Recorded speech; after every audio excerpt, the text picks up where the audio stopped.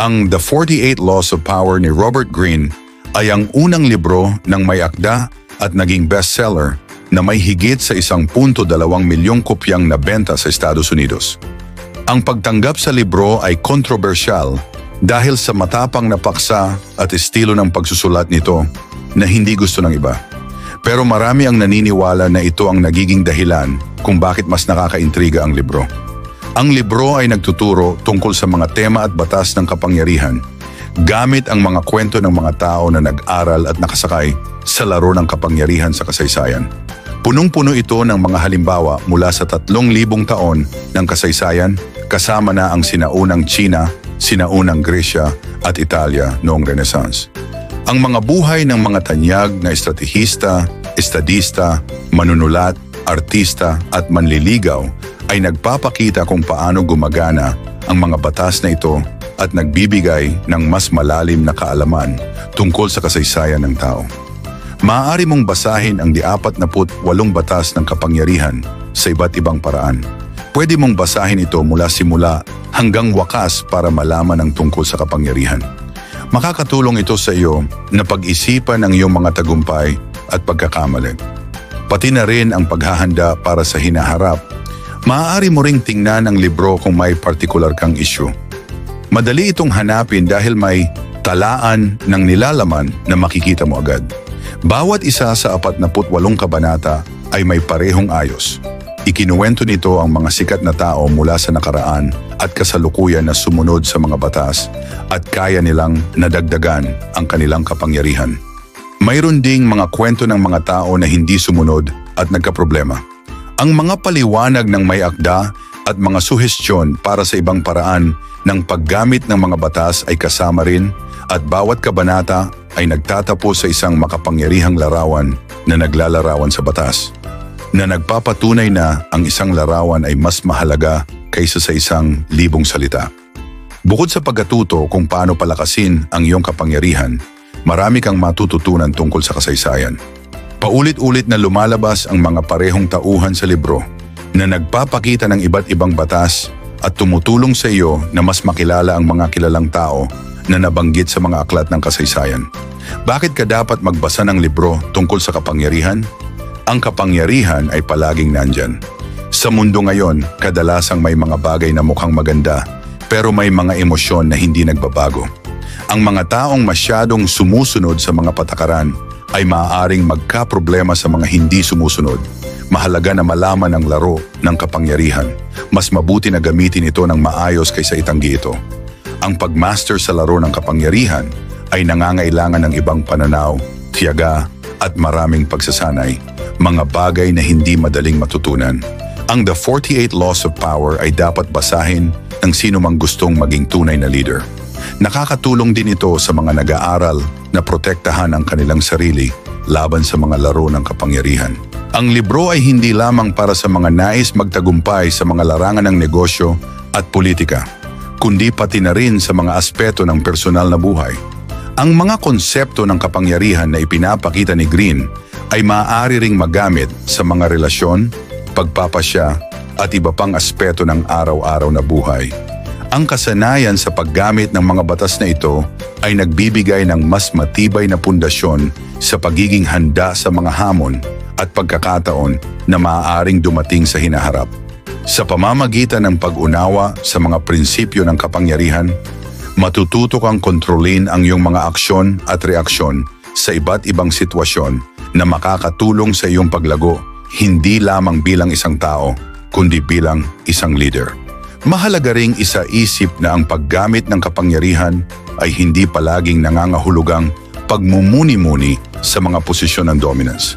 Ang tunay na layunin ng pag-aaral ng mga batas na ito ay para magamit ito sa tamang paraan upang lumikha ng mas epektibong koneksyon sa ibang tao, magtaguyod ng tiwala at magpalago ng mga oportunidad na magdadala sa iyo ng tagumpay. Ang matalinong paggamit ng mga batas ng kapangyarihan ay nagbibigay ng kakayahang maging handa sa mga pagsubok at gamitin ang mga ito bilang pagkakataon para mapabuti ang iyong sarili at ang iyong kapaligiran.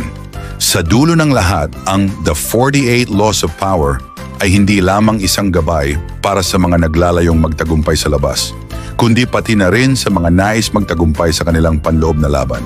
Ang libro ay nagiging isang kasangkapan upang mapalakas ang ating karakter at maging mas maalam sa ating sarili, kaya't isang mahalagang basahin para sa sino mang nagnanais ng mas malalim na pag-unawa sa kapangyarihan at kung paano ito gamitin ng maayos at makatarungan.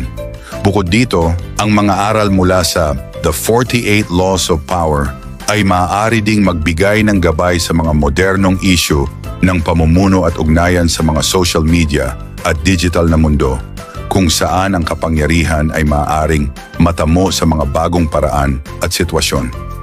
Ang mga ideya ng libro ay patuloy na nakakatulong sa mga tao upang maintindihan ang epekto ng virtual na kapangyarihan at kung paano pamahalaan ito ng epektibo, lalo na sa mga pagkakataong ang mga interaksyon ay madalas na hindi personal at mas malayo sa tradisyonal na mga kaganapan ng kapangyarihan.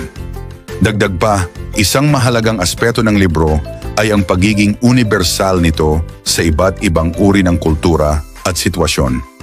Sa pamamagitan ng mga kwento ng makasaysayang mga lider at mga estratehista mula sa iba't ibang bansa at panahon, ipinapakita nito kung paano ang mga batas ng kapangyarihan ay may bisa at applicable sa bawat aspeto ng buhay, mula sa pamilya, komunidad, negosyo at politika hanggang sa mga personal na relasyon.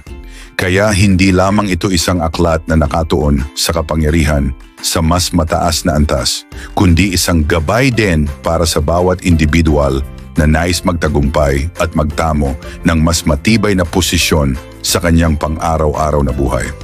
Ang kasanayan sa pag-unawa at paggamit ng mga prinsipyong ito ay makakatulong sa ating mga personal na pag-unlad at magbibigay sa atin ng mga kasangkapan upang magtagumpay sa mga aspeto ng buhay na hindi agad nakikita o nauunawaan ng nakararami. Bukod dito, ang mga kasanayan at prinsipyo na itinuturo sa The 48 Laws of Power ay tumutulong din sa mga tao upang mapalakas ang kanilang kakayahang magdesisyon at magplano sa mga mahihirap na sitwasyon. Sa kabila ng mga hamon na dulot ng mga komplikadong interaksyon sa kapwa, ipinapakita ni Green na ang pagkakaroon ng tamang kaalaman at diskarte ay nagbibigay daan upang magtagumpay at makamit ang mga layunin. Ang kakayahang magmanipula ng mga tao o makipag-ugnayan sa mga mahahalagang tao ay isang malaking bahagi ng laro ng kapangyarihan. Ngunit ang libro ay nagtuturo rin ng tamang balanse sa paggamit nito, hindi upang abusuhin ang iba, kundi upang magtagumpay sa paraang makatarungan at matalino. Mahalaga ring isaisip na ang mga batas ng kapangyarihan ay hindi ginagamit lamang upang magtagumpay sa mga laro ng politika at negosyo, kundi para rin sa pagpapabuti ng personal na buhay. Sa pamamagitan ng tamang paggamit ng mga ideya mula sa libro, matututo kang magtatag ng mas malalim at makatarungang relasyon sa ibang tao, kaya't magbibigay ito sa iyo ng mga pagkakataon hindi lang para magtagumpay, kundi para makahanap ng mas makulay at mas fulfilling na buhay.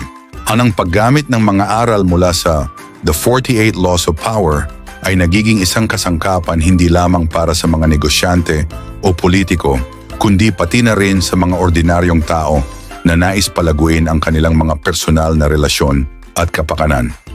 Sa pagtutok sa mga prinsipyo ng kapangyarihan, matututo kang magpatawad, magpakumbaba, at mag-isip ng malalim tungkol sa iyong mga kilos at mga reaksyon.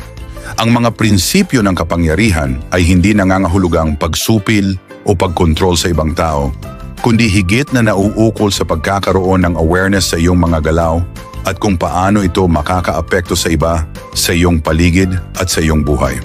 Sa huli, ang The 48 Laws of Power ay hindi lang isang gabay para sa mga nagnanais magtagumpay sa labas, kundi pati na rin sa mga nagnanais magtagumpay sa kanilang panloob na laban. Sa pamamagitan ng tamang aplikasyon ng mga prinsipyo ng kapangyarihan, mas magiging handa ka hindi lamang para sa mga personal na hamon, kundi pati na rin para sa mas malalim na pagkilala sa iyong sarili. Ang libro ay nagbibigay ng mga kasangkapan upang mapalakas ang ating karakter, magkaroon ng higit na kontrol sa ating mga desisyon, at magtaglay ng mas malalim na pag-unawa sa ating mga relasyon. Kaya't ito ay isang mahalagang basahin para sa sinumang nagnanais ng mas malalim na pag-unawa sa kapangyarihan at kung paano ito gamitin ng maayos at makatarungan. Salamat sa panonood. Kung nakatulong sa iyo ang video na ito, paki-thumbs up at mag-iwan ng komento sa ibaba. Pinahahalagahan namin ang iyong feedback.